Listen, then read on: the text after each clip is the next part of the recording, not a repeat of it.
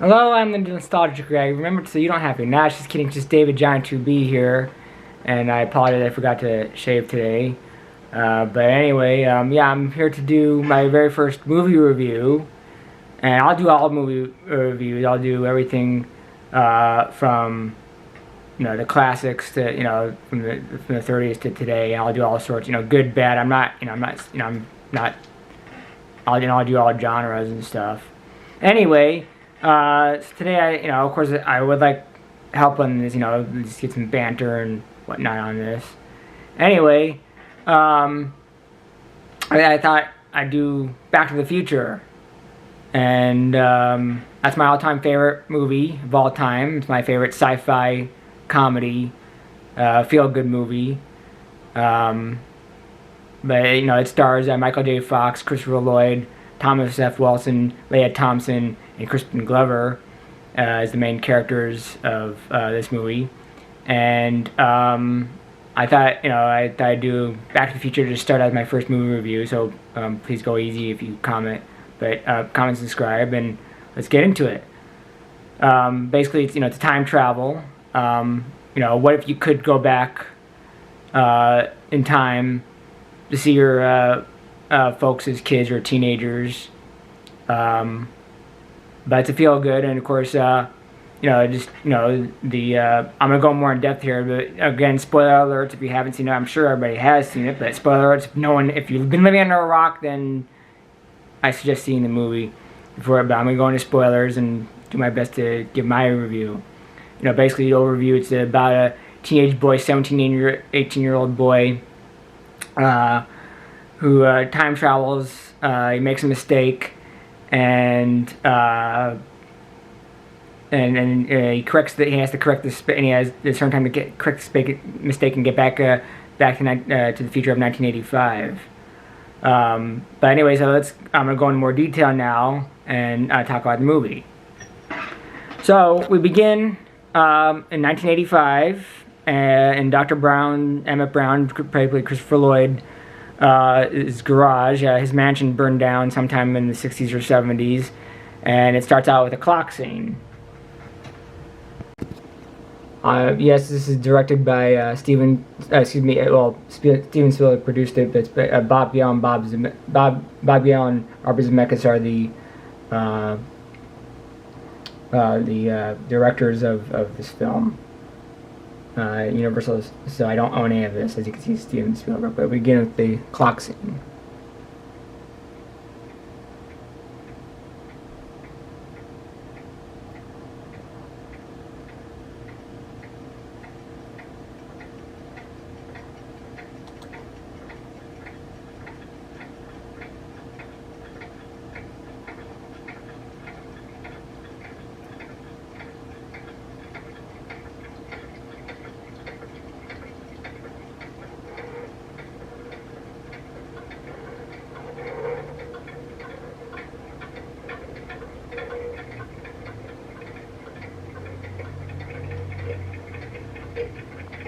Now I don't want to, but if you saw that they're showing that he's a mad scientist, obviously they gave it a little Easter egg to what he's going to be doing later on in the movie.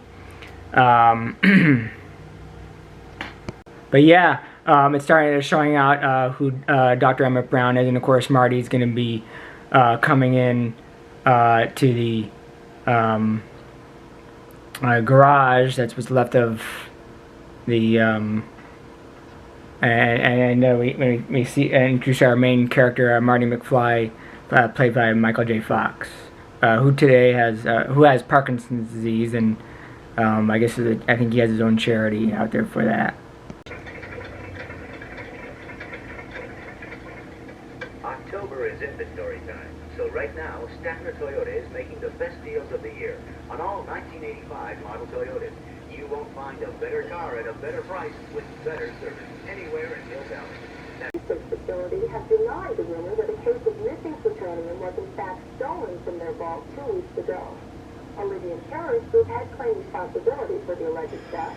However, please note that they mentioned plutonium that was stolen by a nuclear power plant, Dr. Brown, he somehow snuck into one, stole it, and he promised the Libyans to make a bomb, and instead he replaced it with pinball machine parts.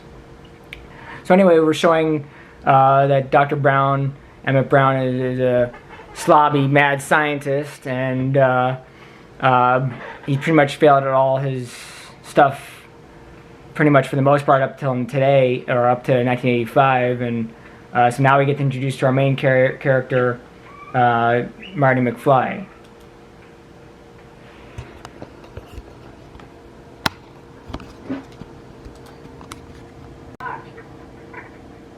Hello, anybody home? Nice start, come here, boy. What's going on? Oh, God. Jeez.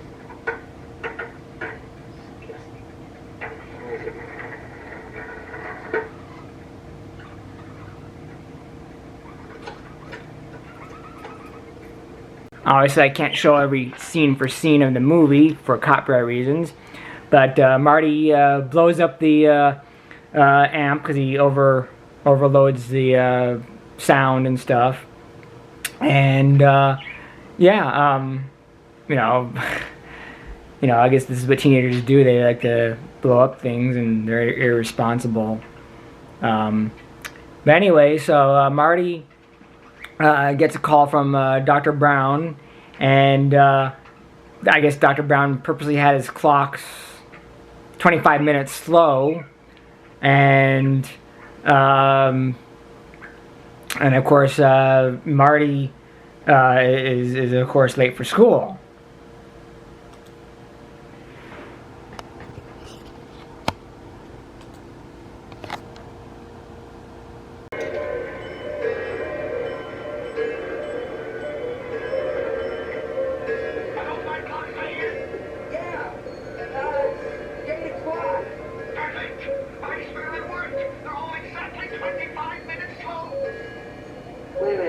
Wait a minute, Doc. Are you telling me that it's 8:25? Precisely. Damn. I'm late for school.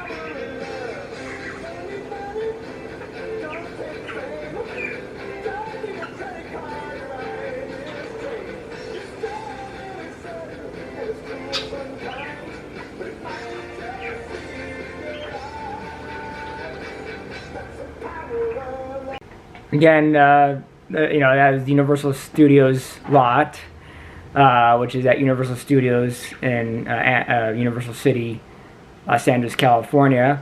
Eventually we'll do movie locations of that. The real live Burger King, and the first part of that was pretty much down in Southern California near the Inland Empire. It's supposed to be somewhere, I think it's supposed to be somewhere like in Gold Country, where Hill Valley is supposed to be. Notice that church, which was also a movie theater, changed to be a porn theater or something, in the alternate history or something. I don't know how that happened.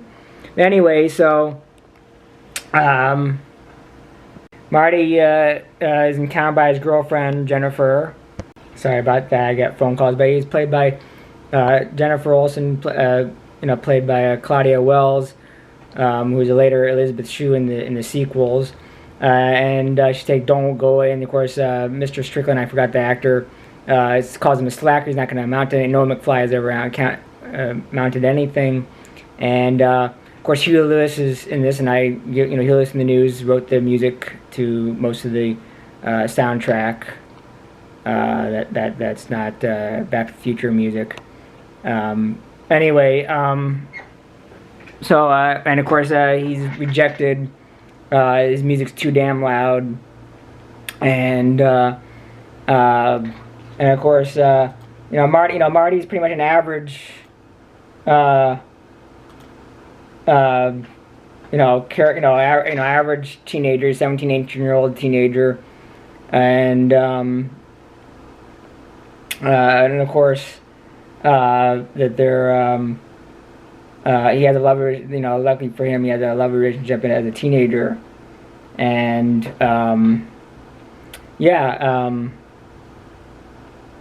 Marty has his life all set up for him, and Where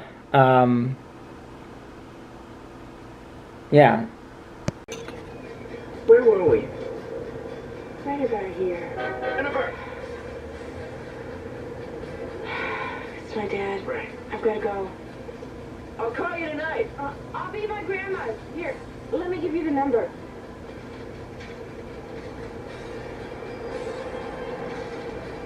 Bye. That's the power of love. That's the power of love. you gotta like how they use 555 in those days. They always, in Hollywood, they always use 5. They probably still do in some movies, but they always seem to use 5. I think now they're more realistic with fake phone numbers and stuff. But they always use 555. And of course, next scene we go. Marty hitchhikes to, on the back of other vehicles to his parents' place, and where he lives. And of course, we see a car being totaled and being towed back into the garage, and we have Crispin Glover and Thomas F. Wilson, Biff Tannen bullying him, and he's always bullied him as a kid, so he's bullying him as an adult. Blind spot. I called blind spot before when I would drive it. My son. But what are you, blind with blind? It's there. How else do you explain that wreck up there? Biff, can I assume that your insurance is going to pay for the damage? My insurance. It's your car. Your insurance should pay for it. I wouldn't know who's going to pay for this. I spilled beer all over when that car smashed into me. Who's going to pay my cleaning bill? And where's my reports? Well, I haven't finished those up yet, but I figured since they weren't due till... Hello? Hello? Anybody home? Think, McFly. Think. I gotta have time to get it retyped. Do you realize what would happen if I handed my reports in your handwriting? I'll get fired. You wouldn't want that to happen, would you? Would you? Of course not, Biff. No, I wouldn't want that to happen. Now, look, I'll finish those reports on up tonight, and we'll run them on over first thing tomorrow, all right? Not too early. I sleep on Saturday. McFly, your shoes are tied. Don't be so gullible, McFly. Yeah, he's always been bullied as a kid, and he's bullied as an adult here. Notice that the same tropes go on in 85 than he did in 55. And, Marty's dad is a loser. His mom is an alcoholic. And, of course, his brother is going to college. And, his sister, I guess, I'm not sure what she does exactly, but she makes a valid point. How's everyone meet anybody these days? Even today, it's hard to meet people these days. And of course, she lectures on when I was your age, I chased boys and stuff. But she makes a valid point. How does anyone meet any boys? That's the sister. I forgot what the sister does. And of course, there's a lot of product placement in the movie. Again, I don't own any of this. Universal, Bob Zemeckis, Steven Spielberg, those guys own all this. So, and again, this is all for educational purposes and stuff. And so anyway, we kind of get inside of the McFly home. They're an average family, but not, they're not wonderful, but they're not great. So anyway, we skip ahead to where Southern California, where it's filmed. Eventually I'll do movie locations on this film. Eventually, again, I need help on it. So we skip over to a mall down in Southern California where Dr. Brown is. It's called Twin Pines Mall, and introduce yourself to the DeLorean.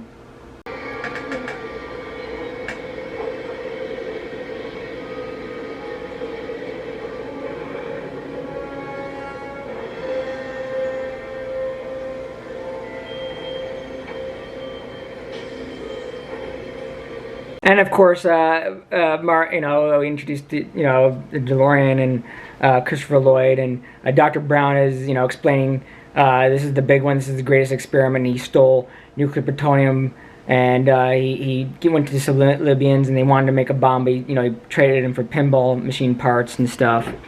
And I can't show every scene unfortunately because I don't want to get in trouble for copyright. But basically. They test the car with Einstein, and he thinks he killed him. He thinks he killed the dog, but he didn't disintegrate anything. And he only went 1 minute into the future. And and of course they explain how time travel works.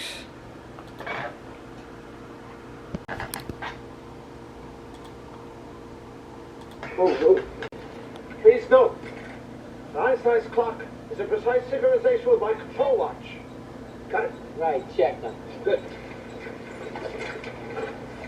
Have a good trip, Einstein. Watch ahead.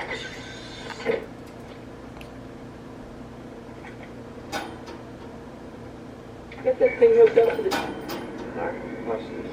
Yeah, okay. Got it.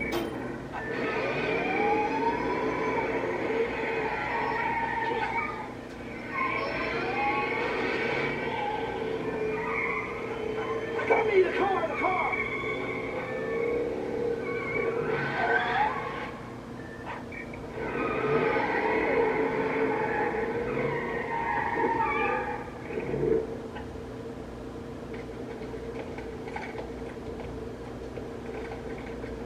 My calculations are correct. When this baby hits 88 miles per hour, you're gonna see some serious shit.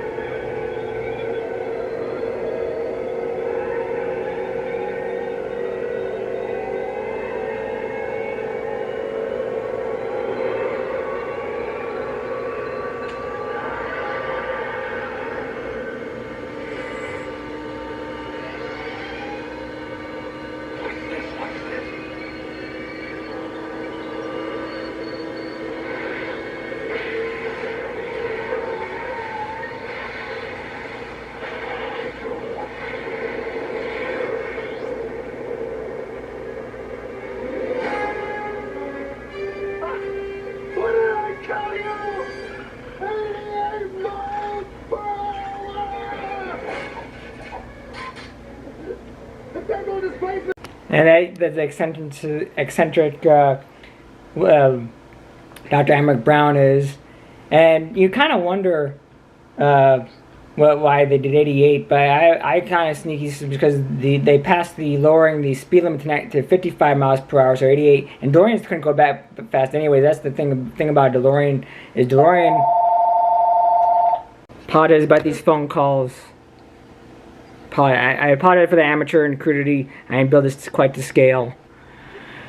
Anyway, so Dr. Brown explains time travel, and November 5th, 1955, of course, they're on October 28th, 1985. But he explains time travel, and I apologize that this is not built crudity to scale. But anyway,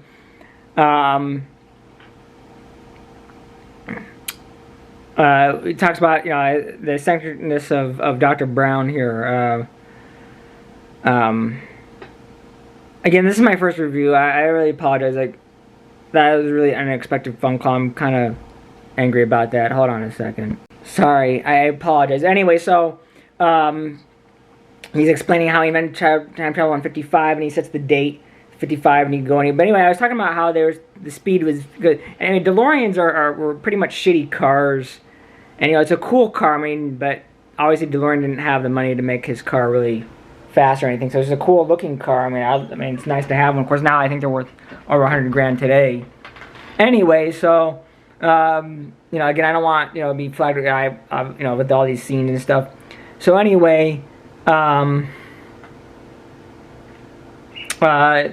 shows him how it works, and he and he does the pinball machine part business, and he needs plutonium, a little kick, which is kind of ridiculous. But remember, this is science fiction. And they refill the one and only time they're gonna use plutonium, because then in the future, after the light, they're gonna do, and lightning, they're gonna do electricity to power and they're gonna use garbage in the future. But this is the one and only time. I don't know if they had thoughts of doing a sequel or not. Anyway, he's recording his notation as a scientist. Of course, the Libyans find him, and then Marty runs around. Into the DeLorean, and they're shooting at. They kill Dr. Brown, and they're shooting, and so then Marty jumps in the time machine, and says to help these bastards do 90. So he eventually goes back in time, and goes back to 1955.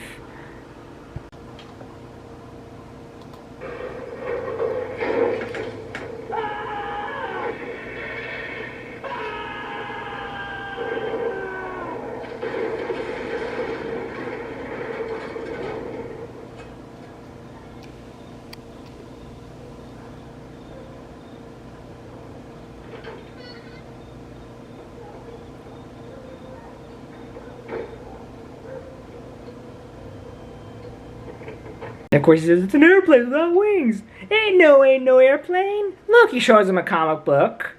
And it happens to be a UFO that looks like the DeLorean, and they think, oh, he's the alien, and of course Old Man Peabody shoots at him. And of course then he's racing out, and of course, he's in 1955, and of course he breaks one of the trees, and now instead of Twin Pine Mall, it's going to be Lone Pine Mall. And Marty thinks it's all a dream, and he sees his old house hasn't been built yet. It's the house of the future, and but he still thinks it's a dream. And of course now we're in 1955 Hill Valley.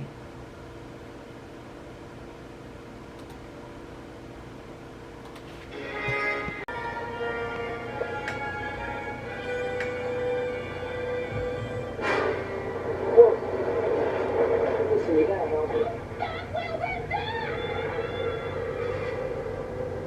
Can't be.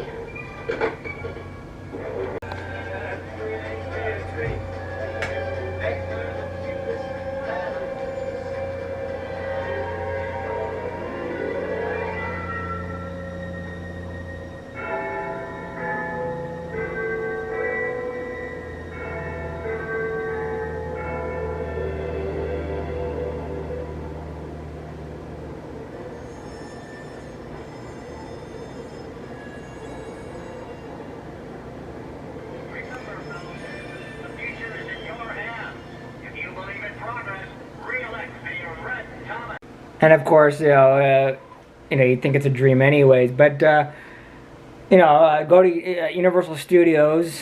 They have the actual set there that they filmed on, and Marty thinks that it's all a dream, and he's actually in 1955, and he walks into the aerobic studio, which is then an actual diner. That's what it was, a diner back then, and he's trying to order Diet Pepsi. And I don't know why he said Pepsi free when it was clearly Diet Pepsi. I mean, you clearly see that it says Diet Pepsi in the beginning. But he said Pepsi free for him. He said, how are you going to pay for it? And he says, give me something without sugar. And he gets coffee. And of course, he's sitting next to his dad, Crispin Glover. And of course, he wrecks history right there. Or of course, he influences history with Goldie Wilson. And I just wanted to show the one scene where obviously Biff Tannen and his dad have the same old thing, and it's the same old bullying bit.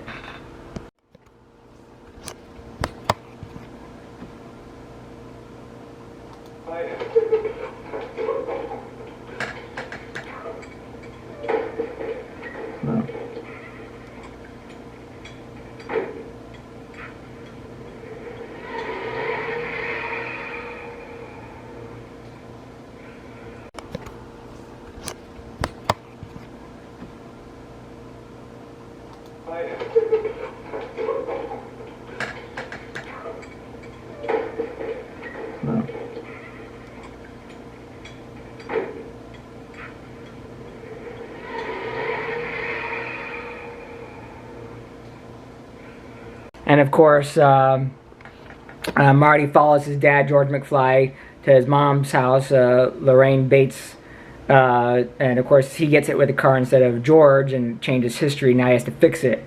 And of course, now he's in his mom's bedroom as a 17, 18-year-old. Don't mind me. My name is Lorraine. Lorraine Bates? Yeah.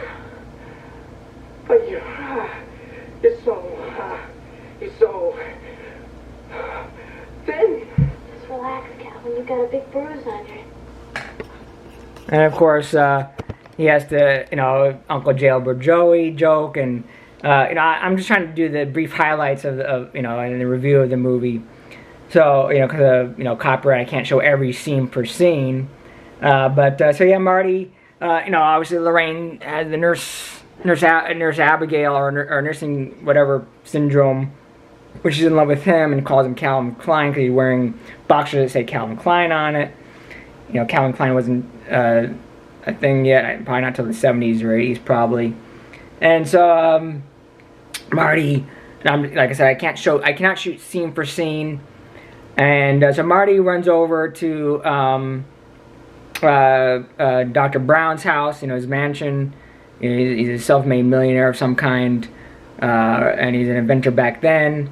And of course he's like he tells him he's from the future. He has and he's like, I am in a time machine you invented. And Dr. Brown says it can't be done. And he says, yes, it can. He tells him, he shows him that the clock tower is being struck by lightning. And he says, well, send you back to the future. I'm just trying to give the brief highlight. Like I said, I can't show scene per scene on this because of copyright. And, I don't want to get, flagged or anything. Just wanted to backtrack. They have a thing about, reruns, with Jackie Gleason and stuff. But anyway, but he says, next Saturday night you're going back to the future. And of course then he says, oh yeah, I had to fix my problem with my parents. And and of course they see the time machine. And of course Marty has to try to fix it back with his parents, have George try to, and of course George is a slacker. Even George McFly is a slacker, I think it's, or whatever. And I'm just trying, again, I apologize for the crudity of this. This is my very first movie review. And so, Marty's trying to fix everything. And he's in the same high school. And, the kids at the Enchanted the Scene dance. Lorraine.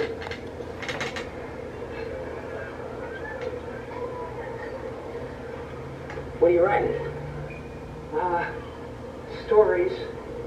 Science fiction stories about visitors coming down to Earth from other planets. Get out of town. I didn't know you did anything creative. Let me read something. Oh, no. I never let anybody read. And of course, a lot of those lines like "Get out of town" or "Great Scott," all those lines have been stolen. That's in obviously pop culture today. And but anywho, again, I apologize. I'm just trying to go really quickly through. This is a very amateur. I like to have a partner. Someone ages 24 to 37 help me out with these, and we can give opinions and stuff. Anyway, so yeah, Marty's trying to convince his dad. You got she has the hots for you, and of course, meanwhile Biff Tannen causes trouble. He's Donald Trump was Biff Tannen was modeled after stupid ass Donald Trump. I'm sorry, I'm a Democrat. I'm sorry if I offended anybody, but really, it's stupid Donald Trump. Anyway, so he's the bully, and of course, Marty invents the skateboard, and of course, they run around the Universal Studios lot, and then of course, Marty goes back into the garage, and of course, he's talking about they talk about the plan, and of course, Lorraine, Marty's mom follows back to the house, and she still has the hot. So it's it's a lot more challenging because Marty did change the the timeline here, and he has to fix all that before besides going back to the future here. And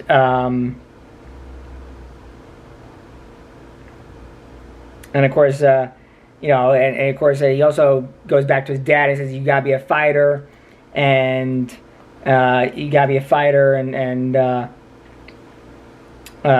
also, you know, he kind of says, you know, you know, Darth Vader from the planet Vulcan's gonna melt his brains and stuff. He tries convincing him and stuff, and you know, because you know he's afraid of science fiction theater and stuff, and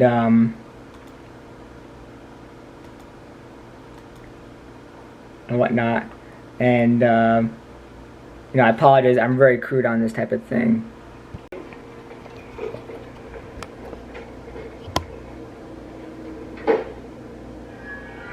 As you can see, his picture is the pictures are disappearing because the time is not being changed. So he has to scare them.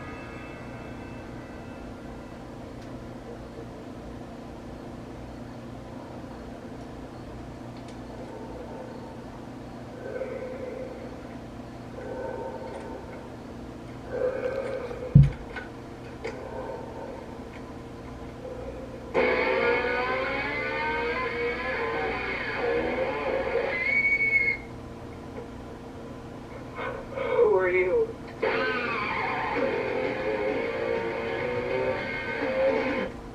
Silence, Earthling! My name is Darth Vader.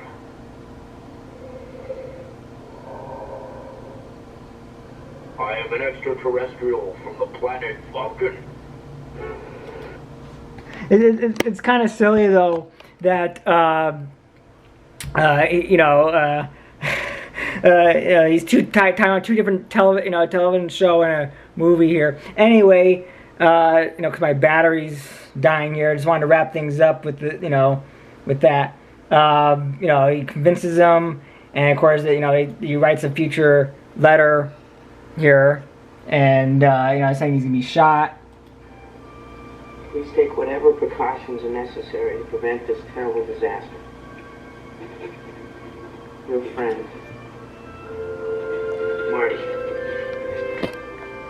And of course, you know, he rips it up, and you know, but he didn't. We don't know what he ripped up. And of course, Marty takes Lorraine to the dance, and you know, she's you know, and of course, there's a scene where he pays him out. It's a deleted scene where Dr. Brown pays a cop off a 50, and to not look under the cover. And of course, Biff Tannen comes in, and he's like, "This isn't a peep show," and of course, Marty, you know, has to, you know, he invents Johnny 2 Be Good with, you know, with that, and of course, you know, George socks Biff Tannen, and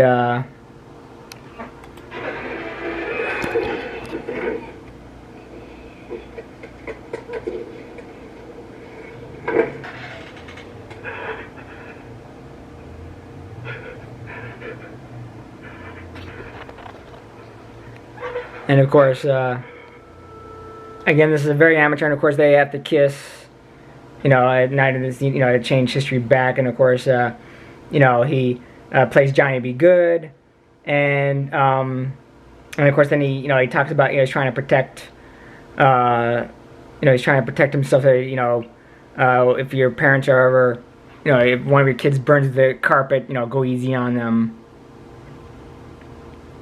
and whatnot. Marty, that was very interesting music. Yeah. I hope you don't mind, but George asked if he could take me home. Right, good. Lorraine. Feeling about you too? I have a feeling too.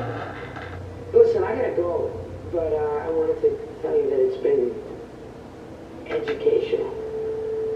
Marty, will we ever see you again? I guarantee it. Well, Marty, I want to thank you for all your good advice. I'll never forget it. Right, George. Well, good luck, you guys. Oh. What?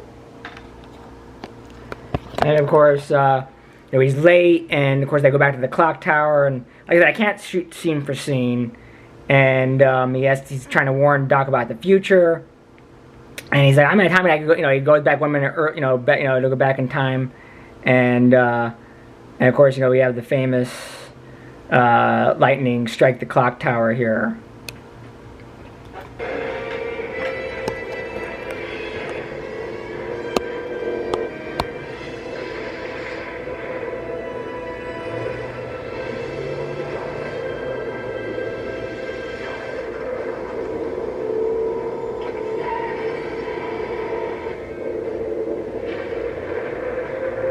Sorry about the battery dying, folks, but I had to do a pause there. Anyway, but like I said, I can't shoot shot for shot. So anyway, so yeah, Marty goes back to the future, and of course, Back to the Future, and I just want to show you this scene here.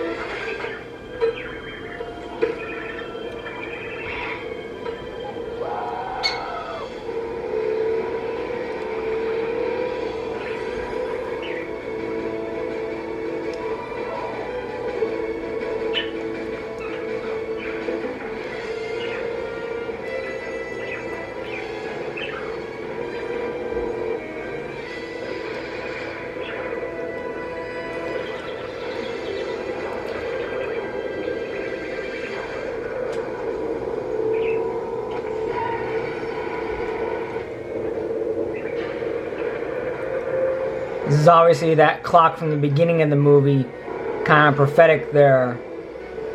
And the famous swinging down from the clock tower.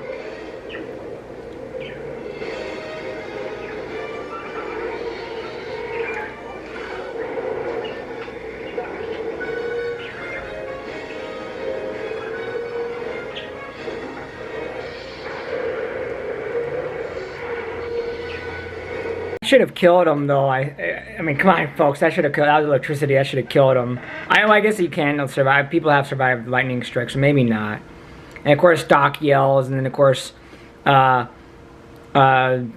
goes back to 1 minute because he's in a time machine. He has all the time in the world, and of course, Doc yells his famous yelling. Finally, an invention he successfully succeeds in, and again, go to Universal. Again, I don't own any of this. Is all for Universal Studios and the proper, Bob Vila, Robert Zemeckis, and stuff. Now we go back to 1985.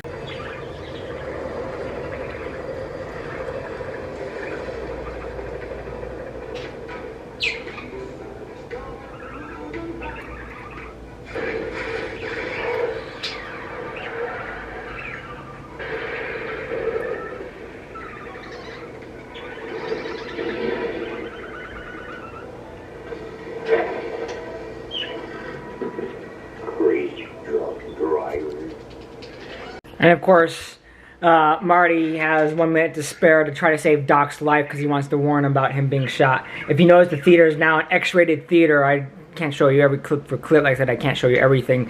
But I don't understand. It was a church. Then there was a movie announced, and now it's an X-rated theater. I don't know how he changed that one. That made no sense. Makes no sense at all. And of course, there's something wrong with that starter of that DeLorean. And of course, Marty, and of course, Doc did not,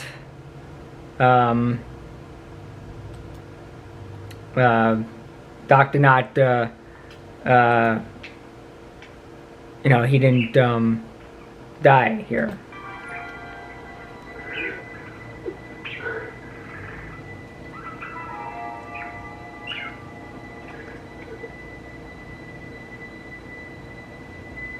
You're alive.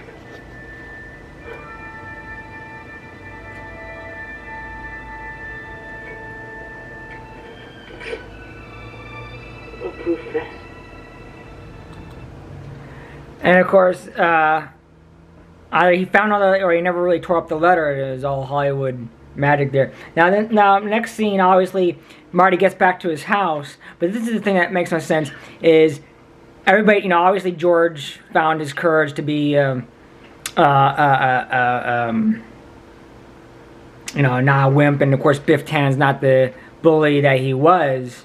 But this part makes no sense. And this part, it just makes no sense at all. Everybody around him has changed. Now, instead of a college student, now he's some sort of, you know, Dave is some sort of successful businessman, and the sister has 1 or 2 jobs or something, and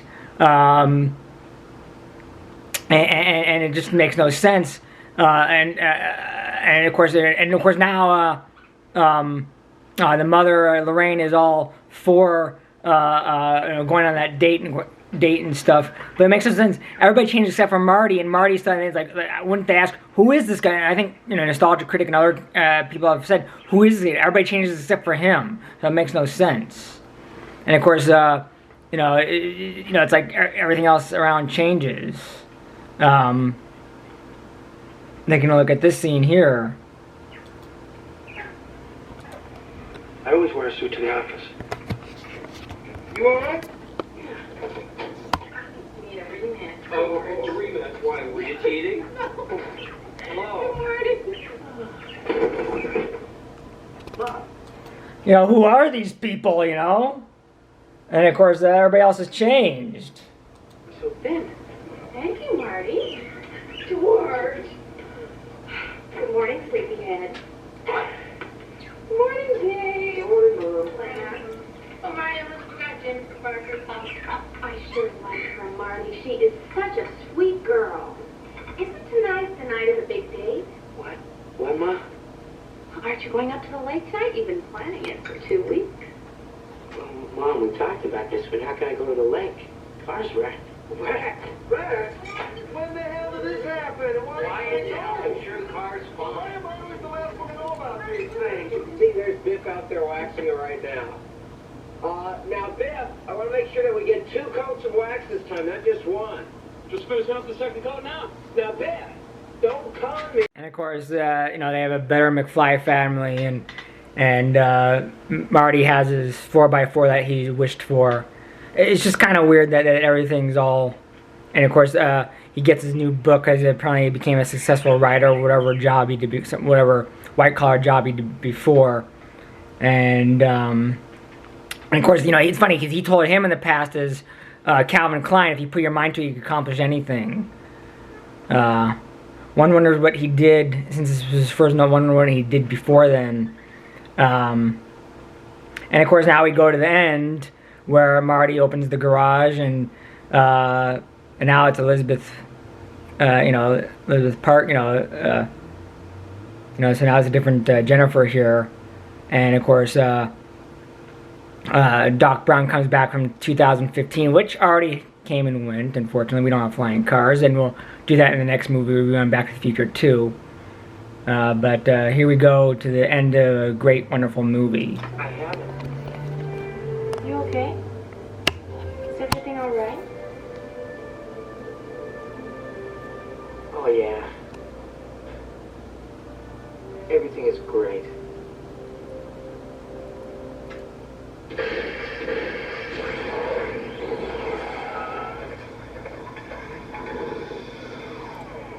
He cannot see out of those glasses, by the way. Marty! You've got to come back with me! Where? Back to the future! Wait a minute, what are you doing, Doc? I need fuel! Go ahead, quick, get in the car! No, Doc, I just got here, okay? Jennifer's here, we're gonna take the new truck for a spin. Well, bring it along. This concerns her too. Wait a minute, Doc, well, what are you talking about? What happens to us in the future? Will we become assholes or something? No, Marty. Both you and Jennifer turn out fine. It's your kids, Marty. Something has got to be done by your kids.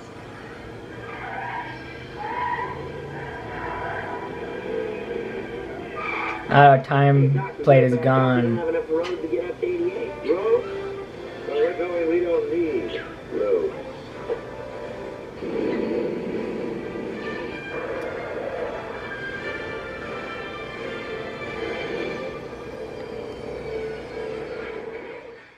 And that's Back to the Future, and one of my all-time favorite movies out there. You know, it's good as a standalone, but it has 2 other sequels, which we'll get to next time we do a movie review.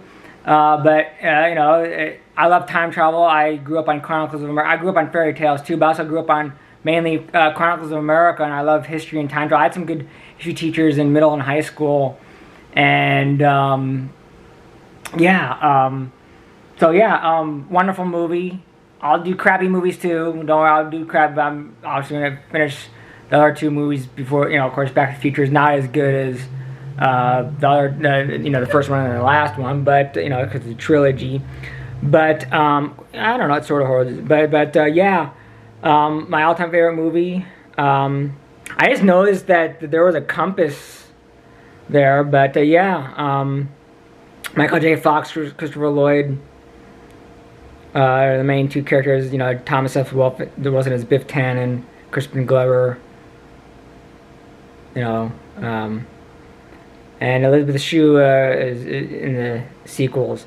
But anyway, overall, great movie, great comedy, great sci-fi. I mean, it might have some mild profanity, but, you know, what the hell, right? You know, it's, you know, of course there's other movies I might review that might have profanity in it.